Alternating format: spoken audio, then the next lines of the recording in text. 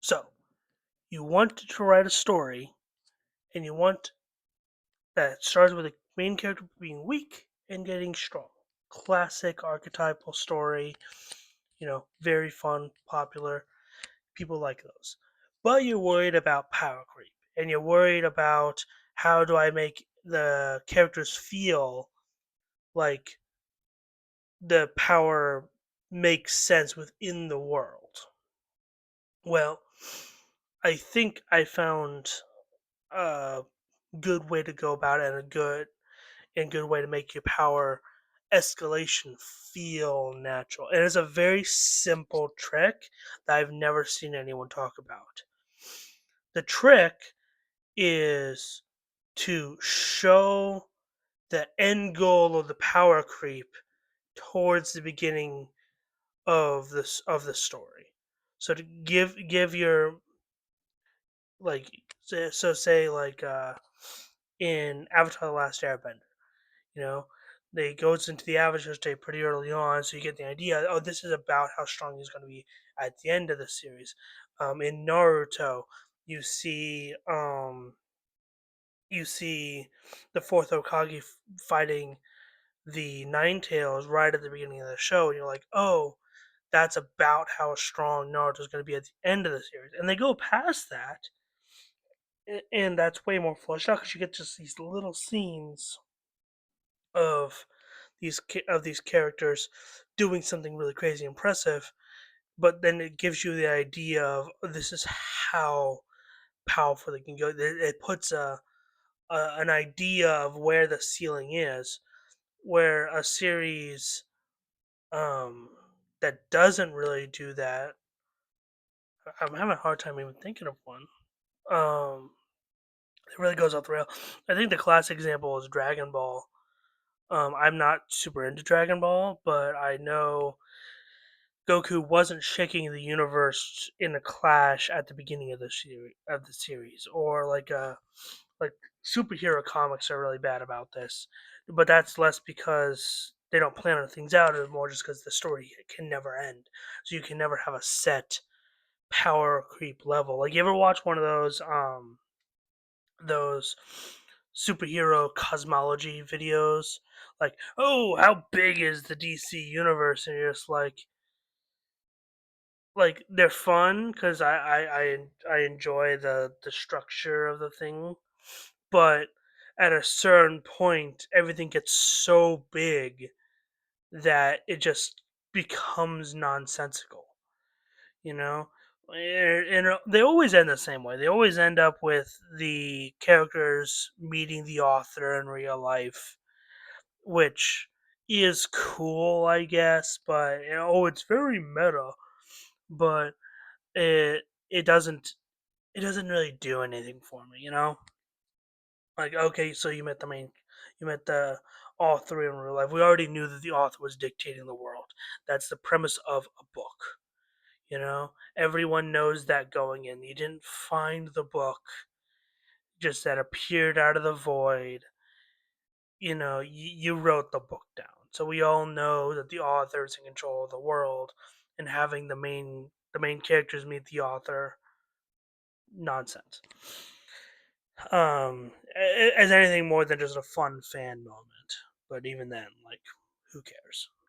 But I think beyond that, showing the ceiling of power growth towards the beginning. Like, imagine if, like, say I was going to like create an original Superman rewrite. Like, maybe have like, okay, so Krypton gets destroyed. Like, maybe we have like somebody destroy the planet, and then we're like, oh, eventually that guy's gonna be the big villain, and that's kind of where Superman's gonna you know stop at, like, planet destroying levels. That's the level of story we're gonna escalate to, and then you have to stop at some point, because then when you pull back, it doesn't make any sense anymore. Like, so Superman's another good example for this. If he's punching out outer dimensional gods, then why does he ever struggle with anything on Earth? The inconsistency isn't great, and I like that he struggles with things on Earth sometimes. I want Superman to actually have to solve problems. But the problem is if he's working on such a higher dimensional scale, the like especially with how fast he literally has subjective billions of years every second to solve the problem. So no one should ever have anything going wrong at all. And I'll probably make a follow up video about like superheroes and the problem of evil because I think that would be good. But another example of this is Naruto. Like in the sequel series Boruto, they have to nerf all the older cast members so that the new cast members can be relevant. And I don't care about Boruto so at all because I just don't care. I Naruto lost the plot for me when they introduced the aliens and the moon magic and all that nonsense. Like because they go past the initial boundary. The initial boundary was the Nine Tails and the Fourth Okage. That's what they showed at the beginning of the series. You kind of have an idea of like that's about how strong they are. It's a strong dude fighting a big monster. That makes sense. If you stick within that dynamic, it makes sense. But then you start introducing weird aliens and all that stuff. If Mater was the final villain, I probably wouldn't have even had a problem with it. But they introduced Kaguya, and then the Boruto is completely is all um about the aliens, which I just don't find interesting. So I never got into Boruto. I never got into Boruto. I tried, couldn't do it. Um, so yeah, that's kind of my idea for if you want to have a power scale, introduce not you not it's not like you're writing out the full abilities or anything. It's just hey, this is about how strong they max out at. At the beginning, like some idea of that. You don't have to do that. Like if the story's not about strength, like in Lord of the Rings, like the specifically in the movies, you see like Sauron at the beginning of the movies, and he's like killing like 10 guys with one hammer swing. The main characters never the Fellowship never gets that strong, but the story's not about that. It's about how little actions by little people can have big impacts.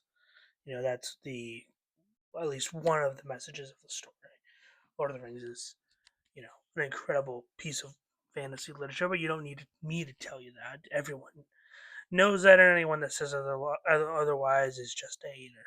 You know, it's undeniable the influence that it's had. So, also speed scalers, stop it, please. Not everyone's light speed just because they dodged a laser. They could have anticipated it, or they could have just been moving. You know, some dude is pointing at something vaguely gun shaped at you, and you start moving. It's not like the beam has tracking. Like you ever play a shooter game, and it's hit scan weapons. But if you aim at somebody, they move, and you don't move the gun to trace them, the it's just gonna go straight past them. You have to actually track them with the thing, and especially with most villains in media having like garbage tier aim. Their KD is 0 and 29. They're not doing nothing. So just because the main character didn't get hit doesn't mean that there's a light speed. Oh, if you want a character to actually be light speed and they're actually that fast, please show them running faster than light. Or not just reacting to something that they anticipate happening, unless you can find something otherwise. Like some holes open up in the wall and they dodge, and then the lasers come out. That doesn't mean they're faster than the lasers. You have to have a very strong, because if the characters are light speed, and also it doesn't make sense for like you if you did have light speed movement, and somebody shot a laser at you, you still wouldn't be able to dodge it because you wouldn't be lasers like it would be effectively be silent because sound moves much slower than light. So you would not be able to see the laser until after it already hit you because it's a laser. It moves at the same speed as the light that you use to detect the thing to move out of the way.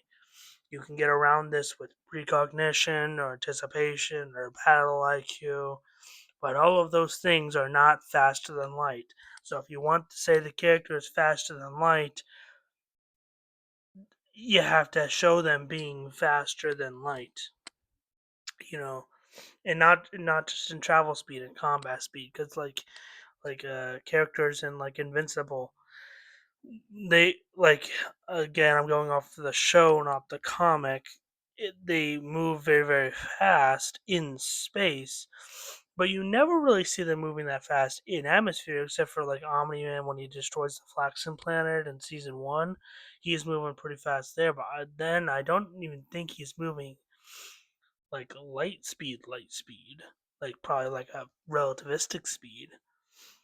But we never see them do that anywhere else, and you can't tell me that so that's like it's more of an outlier than anything. And I believe I heard someone say that Robert Kirkman said that he was there for like 10 years, so like the montage probably isn't the best. It could have been more narrative or whatever. Anyway, I kind of got this whole thing kind of got taken away from me.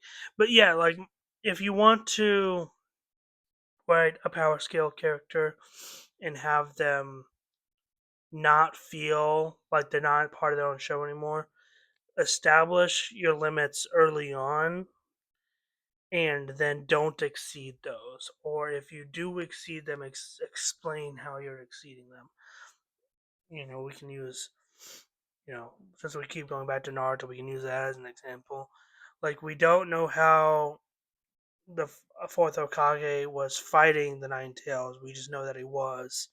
So if you showed up at the beginning of the series, you could have thought, oh, he's punching him or stabbing him with knives or whatever.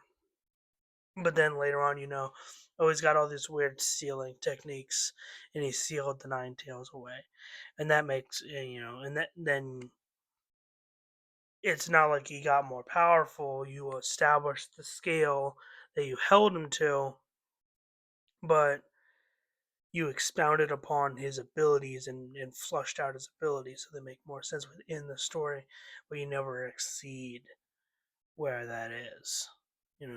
Another good example is One Piece. They meet Mihawk pretty soon into the story. Within the first 100 chapters or so. So early for One Piece anyway. And they're still like playing catch up, and that's why you'll get all the memes with Mihawk with oh, he's got a sword, Mihawk upscale.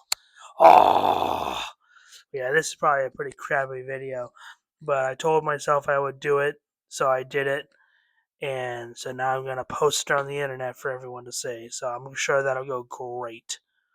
This will be refined over time, but if I don't do it now, I'm never gonna get it done.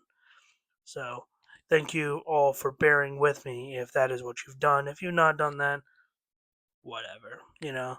Go watch a better video. Bye bye. See ya.